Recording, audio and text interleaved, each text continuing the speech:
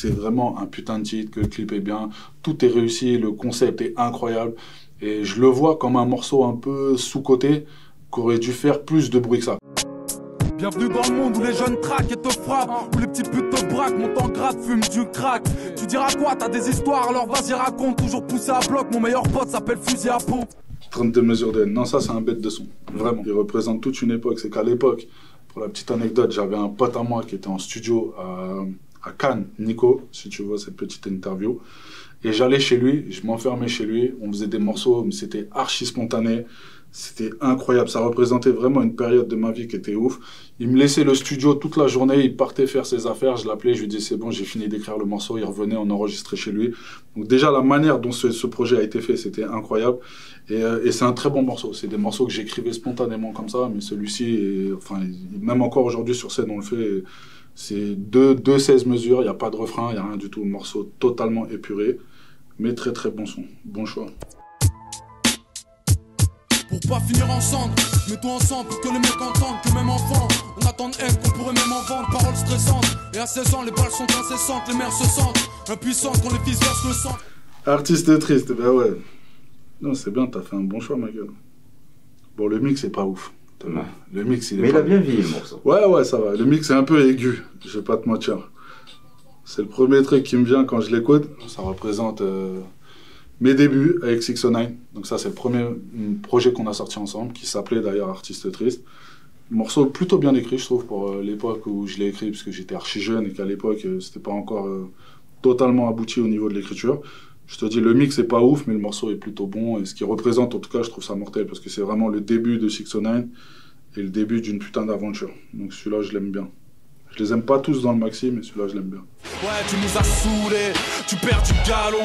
Avoue, je te l'avais dit, dégonflé sera ton ballon. T'as cru que ton public te suivrait au ciel étoilé. La classe t'a fait comme Diams, mec, la face, tu te l'es voilé. Ça, c'est un putain de son, tu vois. Le son avec Medine, c'est un putain de son. Mon seul regret, c'est qu'il soit passé dans un album qui n'a pas super bien marché. Et je pense que cet album n'a pas super bien marché. Parce qu'en fait, il est sorti au moment où on était en pleine promo. Il y a eu le clash Boubarov. Et du coup, on a été un peu avalé par ce truc-là parce que ça prenait beaucoup de place. Et du coup, le regret, c'est ça en fait. C'est que, honnêtement, quand je repense à ce morceau, je me dis que c'est vraiment un putain de titre, que le clip est bien, tout est réussi, le concept est incroyable. Et je le vois comme un morceau un peu sous-coté, qui aurait dû faire plus de bruit que ça. Qu'en a fait, qui a eu son résultat et qui a eu son moment, tu vois, mais je pense que ça aurait dû faire plus de boucan que ça. Le son est vraiment réussi, t'as vu, les textes sont bien, ça rappe, c'est des gros couplets, et c'est très thématique, c'est les thématiques que j'aime bien, donc avec des vrais concepts d'écriture. Quand moi j'ai appelé Medine, je lui ai dit c'est un morceau où on va se critiquer nous-mêmes, s'auto-clasher, et l'intérêt du son, c'était ça. C'était pas de clasher les autres, c'était pour une fois de porter un regard assez dur sur nous, notre carrière, ce qu'on a fait, ce qu'on nous reproche. Et c'était ça que je trouvais super intéressant dans ce morceau, tu vois. Donc ouais, petit regret qu'il ait pas fait plus de bruit que ça, parce que je pense qu'il avait un gros potentiel. Ils ont de vœux, vodka multifruits. On te fait la guerre si tu fructifies. Puisque le rap est robotisé, qu'ils aillent se faire tous sodomiser. Bon, déjà, Soulja, humainement, c'est une bombe. Vraiment, c'est un des mecs, une de mes meilleures rencontres dans le rap, parce que humainement, c'est vraiment un tueur. Mais vraiment, c'est quelqu'un d'extrêmement gentil, extrêmement respectueux, talentueux. Enfin, c'est vraiment quelqu'un qui a tout pour lui. Je l'ai rencontré quand j'étais en tournée au Québec. Et un jour, je vois un gars arriver dans ma loge, comme ça, il se présente. Du coup, je vais voir ce qu'il fait. Je vois qu'il tourne énormément. Aujourd'hui, là, tu vois le power qu'il a pris là au Canada. Tu regardes son Insta, tous les soirs, il est en concert. Il enchaîne les disques d'or, les disques de platine. Il fait des émissions de télé, il est juré, tout ça. Il a une hype aujourd'hui qui est totalement méritée et que je comprends tout à fait. Donc, humainement, c'est vraiment un tueur. Et ce son-là, il est venu chez moi aux Ulysses, le clipper. Et voilà, il me dit voilà, je viens en France, on fait le clip, machin. Ça s'est fait un peu à l'arrache, mais très souvent les trucs à l'arrache comme ça donne des bons résultats. Et ça, c'est un très bon morceau, vraiment. Autant dans l'image que dans le son, etc. C'est un son que je kiffe de ouf et c'est ma première connexion avec lui. Et on en a fait pas mal par la suite. Après, je crois qu'on a fait au total 3 ou 4 morceaux ensemble. Donc voilà, mais Soulja, les amis, allez suivre parce que c'est vraiment très fort. Le monde n'est plus le même, je vois la mort des humains effrayés.